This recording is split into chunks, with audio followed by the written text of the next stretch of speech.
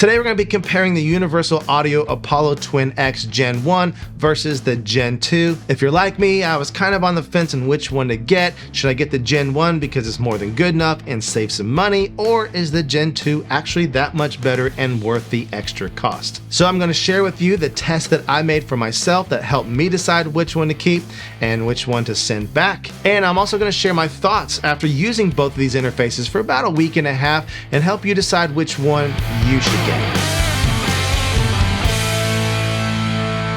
Alright, so the first thing people usually want to know is, do they sound the same? Do they sound different? Does one sound better than the other? And of course, I was no different. So what I did is I made what I consider a real world test. And that's where I write a short song, I play the different parts. In this case, I played bass, electric guitars, and vocal, and even did an acoustic guitar part as well. And then I play those back and see if I can hear any difference. So what I did is I recorded the bass part with the Gen 1 audio interface, and once I got that down, then I swapped over the Gen 2 interface, kept all the settings the same, and tried to play that bass part exactly the same way. Then I moved on to electric guitar part 1, recorded that with the Gen 1, swapped over the Gen 2, kept all my amp settings the same, and then also tried to play it exactly the same way, and so on and so forth for each part. Now I'm going to set this up as a blind test comparison. So we'll have audio interface A and audio interface B, and we'll swap back and forth. We have kind of a rough full mix of the song and then the individual instruments. On the individual instruments, I'll leave some information at the bottom screen about how I recorded them. That way I can stop talking and you can start listening. Let me know in the comments down below, do you hear any difference between A and B? If so, which one do you like better? And try to guess which one is which. Okay, here we go.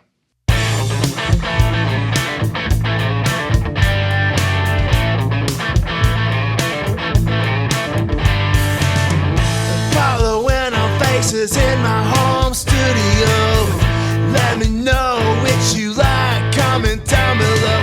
Gen 1, Gen 2, let's go.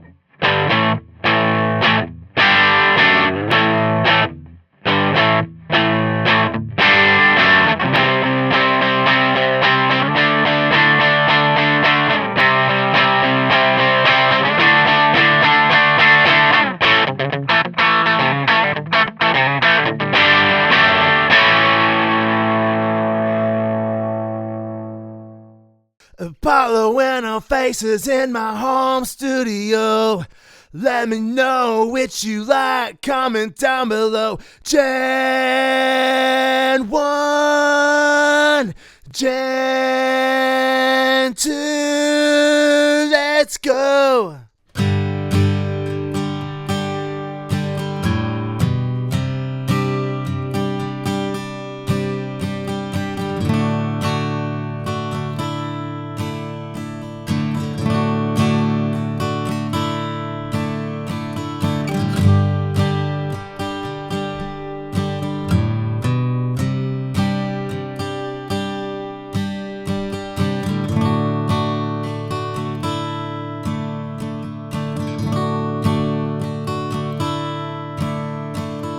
All right, so there we go. There's our audio examples, our audio tests. Hopefully you commented down below if you heard any differences and which one you thought was which.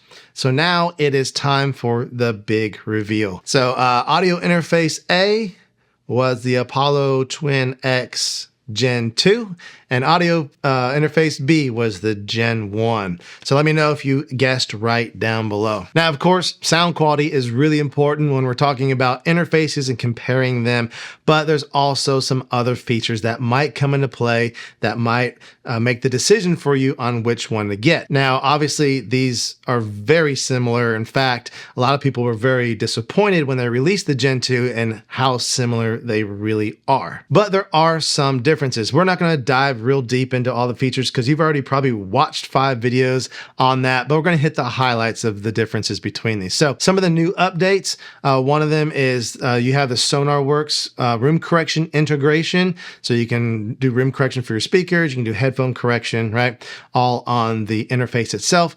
And that's a new update with the Gen 2. However, Universal Audio has made that available for the Gen 1 also. So while that is a new feature, there's actually no difference there between the two. Also, with the launch of the Gen 2, Universal Audio has released the bass management feature. And so if you use a subwoofer with your speaker setup, then you can set a crossover point and slope and some things like that. Now, I don't have a subwoofer, so this doesn't really apply to me at all. But the good news is just like the SonarWorks, they've made this available for the Gen 1 interface as well. So if you're on the fence between Gen 1 and Gen 2, it's good to know that the bass management is available in both of those. Another new feature that is on the Gen 2, but is not on the Gen 1 is the auto gain feature. So if you're using the Unison preamps with your Neve, API, and SSL, I believe just works with those 3 for right now, you can have the interface automatically set your gain level so you don't clip. Now, for me personally, we're only using 1 or 2 mics at a time with this, and so that's not a big deal, and you're only limited to those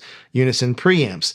So not a real big feature in my opinion, but if you had the rack mount versions and you're doing 12, 14, 16 tracks on a drum kit or a live band, I could see where that would be really handy, but for just 2 tracks, not that big of a deal. Another feature that might actually come into play for some of you that's on the Gen 2, not the Gen 1, is that if you're using outboard gear, you can plug your outboard gear into your interface and bypass the preamp on the Gen 2. You cannot do that on the Gen 1. Now, how much does the Gen 1 preamp actually color the signal coming from your outboard gear?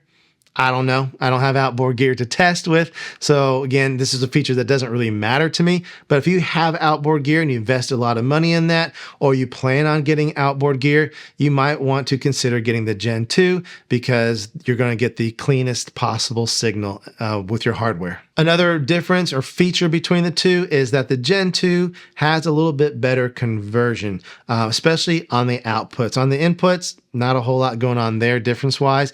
On the outputs, especially on the headphones, there's lower harmonic distortion there. And can you hear a difference between the Gen 1 and the Gen 2? Well, I could in certain circumstances. So if I was listening to kind of mid-range heavy rock stuff, I didn't really hear a whole lot of difference there. But if I was listening to some modern pop stuff that's got more transient and high-end detail in it, I could definitely hear a little bit of difference there. That doesn't mean the Gen 1 headphone output is trash. It's perfectly fine and perfectly good, especially for tracking. But the Gen 2 is a little bit better. Now, one other notable difference between the Gen 1 and the Gen 2 is the list of plugins that you get. They're very similar, but there are some minor differences. Now, I'm comparing the Heritage bundle to the Essentials Plus bundle, which is essentially the lowest version of the bundles you can get with either one. So with the Gen 2, you do get Auto-Tune real-time access, which is basically kind of a simplified version of Auto-Tune. You do not have that with the Gen 1. For me personally, that does not matter. I use Melodyne. I've used Melodyne for years. And plus, this is kind of a stripped-down version of Auto-Tune, so you might find that you're going to want something better anyways.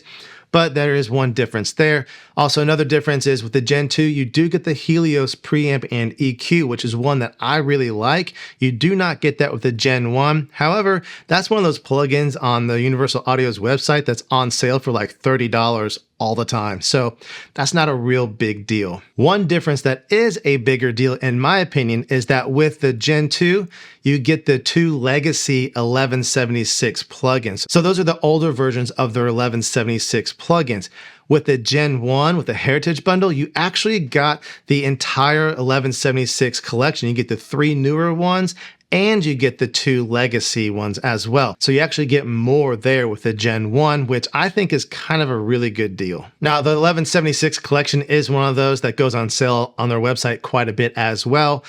Usually not quite as cheap as the Helios preamp and EQ, but it is something to keep in mind that you can easily get that as well. However, if you're getting the Gen 2, that is an added cost to that as well, as opposed to the Gen 1, where you're saving money. If you had to add on a plugin or two, that's not quite as big of a deal. All right, so with all those features kind of quickly discussed, again, none of those in the Gen 2 really matter to me at all. So you might think I ended up keeping the Gen 1 and sending the Gen 2 back. However, I actually ended up keeping the Gen 2, and here's why. The first reason is because I have this YouTube channel and I want to make more content around the Twin X, and a lot of people are going to either have the Twin X Gen 2 because that's what's readily available now, or they're going to be looking at getting one because, again, that's what's available now for the most part.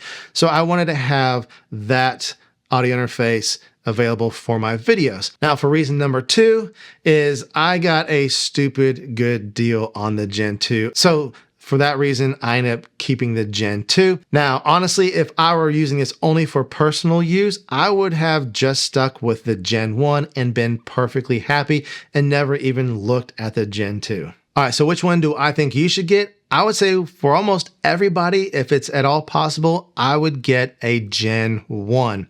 If you can find one that's a demo model or return from a retailer that you trust, like I did, I got mine from Sweetwater. I've never had a problem with them.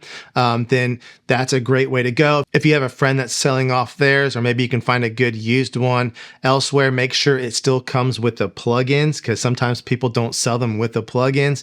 But as long as it has the plugins, I would definitely go that route. The money you're going to save from getting the Gen 1, you can apply to much more important things like food, gas, things like that.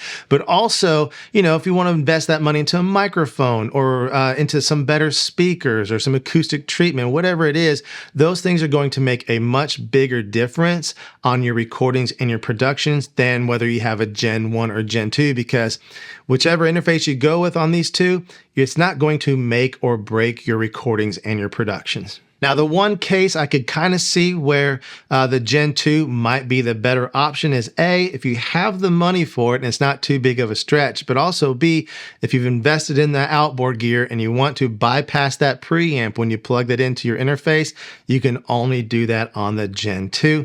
In my opinion, with the Twin X at least, the other features really just aren't that big of a deal. Yes, the headphone output is a little bit better, but again, that's not going to make or break your recordings or your productions. So we've talked a bit about how expensive the Gen 2 can be and really stretch our budgets. Especially mine, I cannot afford the Gen 2 at full price. However, to be fair, the Gen 1 is not exactly super cheap, even if you get it on a good deal, and that may still be stretching your budget. So you may be looking for a more budget-friendly option, and you might want to consider the Volt 2, also by Universal Audio. And in this video right here, I'm going to compare it to the Apollo Twin X Gen 2, and you might be surprised at how well this holds up. And this has a few features on it that I think actually win out over the Apollo Twin X Gen 2.